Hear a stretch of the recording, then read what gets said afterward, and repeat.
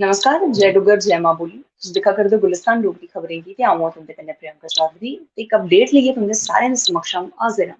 Update ऐ जेह्ड़ी ओह् तमाम तुं'दे डंगरें कन्नै जुड़ी दी ऐ। अक्सर हर कुसै ने ग्राएं पिंडें च ते एह् कल्चर बी है कि घर च इक डंगर बच्छू ऐ जेह्ड़ा ओह् जरूर होना चाहिदा। ते कुतै ना कुतै हून इस मौसमै जेकर गल्ल करां ते जिसलै दी अगस्त म्हीने दी शुरुआत होई दी ऐ ते डंगरें च इक बड़ी विचित्र किस्म दी बमारी ऐ जेह्ड़ी ओह् दिक्खने गी थ्होआ करदी ऐ।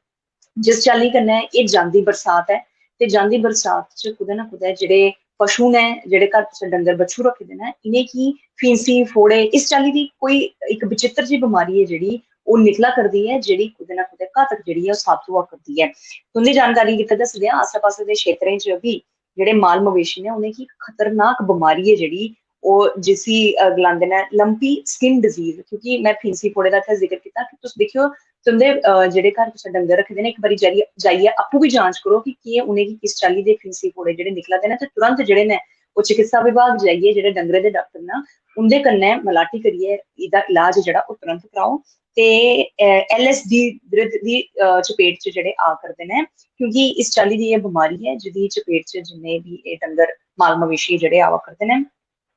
गल्ल करां जेकर मैं आरएसपुरा दी ते उत्थै तकरीबन 800 जेह्ड़े डंगर ऐसे न इस बमारी दी चपेट च आई चुके दे न।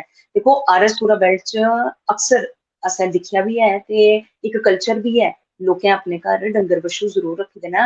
घरा दा दुद्ध घ्यो देहीं खाने गित्तै हर कोई जेह्ड़ा ऐ ओह् सफाई दा यकीन रखदे होए घर एह् जेह्ड़ी परानी परंपरा चलदी आ करदी ऐ। ग्राएं पिंडें च अजें बी एह् परंपरा जेह्ड़ी ऐ उस्सै चाल्ली कन्नै चला करदी ऐ।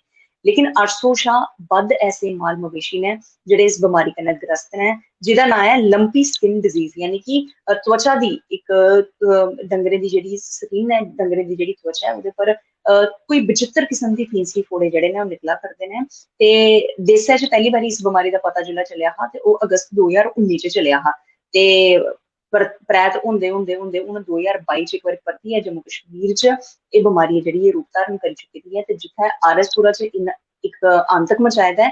ते तुं'दे सारे शा बी इ'यो अनुरोध रौह्ग कि अपने डंगर बच्छुएं गी जाइयै अज्ज दे अज्ज तुरंत दिक्खो जे उ'नेंगी इस चाल्ली दी लंपी स्किन डिजीज नाम दी कोई बमारी ऐ ते एह्दा इलाज जेह्ड़ा ओह् तुरंत कराओ। ते कुतै ना कुतै पशुएं च एह् जेल्लै बमारी आंदी ऐ उं'दे व्यवहार च बी थोह्ड़ा जेहा बदलाव आंदा ऐ। कुतै ना कुतै एह् बमारी उं'दे गित्तै बी घातक ऐ ते जेल्लै तुस उं'दे द्वारा दित्ते गेदे दुद्ध दा सेवन करगे ते होई सकदा ऐ कि शायद ओह् तुं'दे गित्तै बी घातक जेह्ड़ी साबत होई सकदी ऐ। लेकिन फ्ही बी गल्ल करां जेकरियै आरएसपुरा दे खोड़ जोड़ियां क्षेत्र दी ते इस बमारी कन्नै उत्थै बी केईं सारे जेह्ड़े पशु न ओह् बमार होई चुके दे न।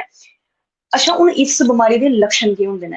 क्योंकि कोई बी बमारी ऐ ओह् सामनै उसलै गै आंदी ऐ जिसलै ओह् अपने चरम पर होंदी ऐ।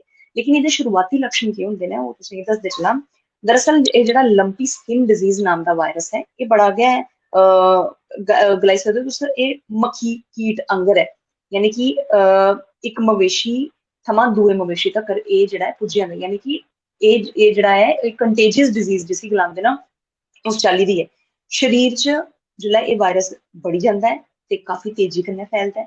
मवेशी दे शरीरा पर फींसी फोड़े इस चाल्ली दे जेह्ड़े द्रमट न ओह् पौंदे दिखदे लब्भी जंदे न।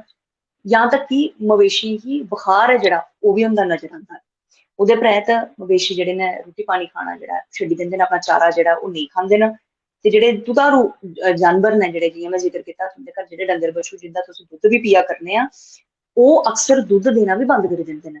ते दिक्खो एह् बमारी किस चाल्ली दी ऐ कि एह्दे लक्षण बी इस चाल्ली दे न कि कुतै ना कुतै घातक न ते इसी लापरवाही ऐ जेह्ड़ी ओह् कुसै ना कुसै किस्म दी बर्दाश्त नेईं कीती जाह्ग ते तुरंत गै एह्दा इलाज जेह्ड़ा ऐ तुस बी अपने डंगरे दा जरूर कराओ।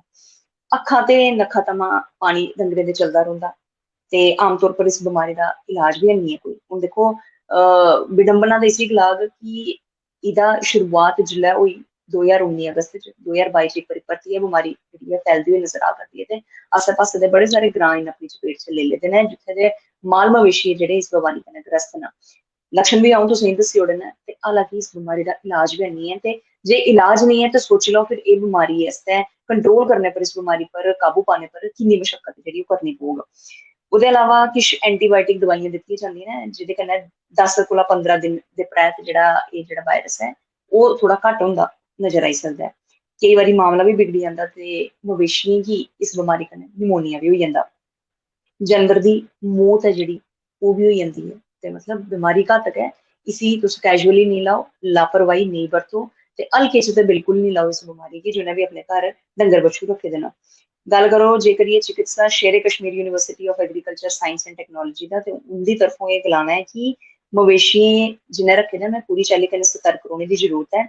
जे मवेशी पर इस किस्म की फींसी फोड़े जे तुसें गी दिखदे होए लभदे न ते तुरंत पशु चिकित्सा केंद्र जाइयै संपर्क करो, डाक्टरें कोला दवाइयां दवा दारू जेह्ड़ा भी है ओह् लाओ ते एह्दा इलाज है जेह्ड़ा बक्ख-बक्ख तरीके कन्नै अपने पशुएं पर जरूर कराओ ताकि उ'नेंगी भी राहत थ्होई सकै। देखो डंगर बच्छू रखना सिर्फ इक कल्चर गै नहीं, घर च गौ होऐ ते कुदै ना कुदै गौ गी अस मां दा दर्जा दिन्ने होन्ने, ते जे घर तुंदी मां गै बमार है ते ओह्दे गित्तै तुंदा जेह्ड़ा इक प्रयास है ओह् किस चाल्ली दा रेहा जे तुसें डाक्टरै दा रुख भी नेईं कीता जां फ्ही तुसें इसी संजीदगी कन्नै नेईं लेता।